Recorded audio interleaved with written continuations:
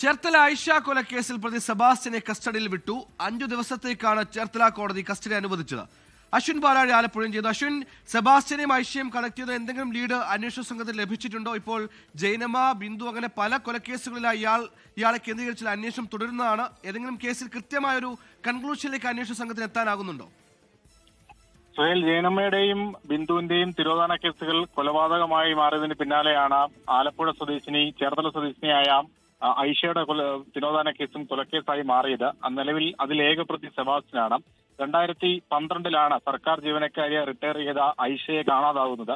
ഐഷയും സെബാസ്റ്റ്യനും തമ്മിലുള്ള സ്ഥലക്കച്ചവടം ഉൾപ്പെടെയുള്ള ബന്ധങ്ങൾ പിന്നീട് പുറത്തു വരികയും സെബാസ്റ്റ്യൻ ഈ കേസിൽ കൂടി സംശയനിഴലിലാവുകയും ചെയ്തിരുന്നു. അതിനുശേഷമാണ് ഐഷ കൊല്ലപ്പെട്ടെന്നും അതിന് പിന്നിൽ സെബാസ്റ്റ്യനാണ് എന്നും അന്വേഷണ സംഘം കണ്ടെത്തുന്നത്.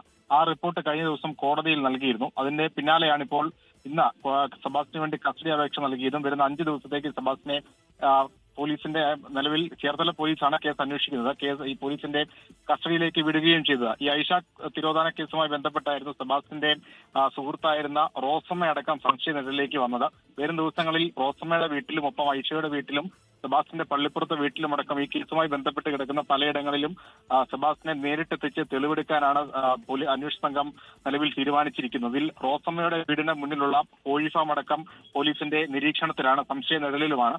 അവിടെ അടക്കം വീണ്ടും ഒരിക്കൽ കൂടി ഈ സെബാസ്റ്റ്യനുമായി തെളിവെടുപ്പ് ഉണ്ടാകും എന്നുള്ളതാണ് പ്രധാന കാര്യം. ഈ കേസുമായി ബന്ധപ്പെട്ട പല നിർണായക കണ്ടെത്തലുകളും ഈ ജൈനമ്മ കൊലക്കേസുമായി ബന്ധപ്പെട്ട് നടത്തിയ പരിശോധനയിൽ അന്വേഷണ സംഘത്തിന് ലഭിച്ചിരുന്നു. അതിന്റെ ബാക്കിയായിരിക്കും ഇനി നടക്കുന്ന തെളിവെടുപ്പ് ഉണ്ടാവുക.